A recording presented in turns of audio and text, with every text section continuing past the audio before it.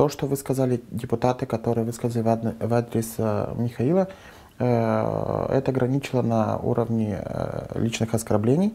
И мне не то, что кажется, я считаю, что это неприемлемо в стране, которая или в регионе, который говорит о том, что здесь есть какие-то демократические принципы или работает закон. Потому что мы должны понимать, что мнения бывают разные, и не обязательно оно должно совпадать с нашим. Мы должны готовы быть слушать то, что говорят другие люди. И не обязательно мы должны с этим соглашаться или нет, но это не означает, что мы должны переходить на оскорбления или унижающие какие-то фразы человеческого достоинства. Потому что ведь то же самое можно говорить в адрес депутатов.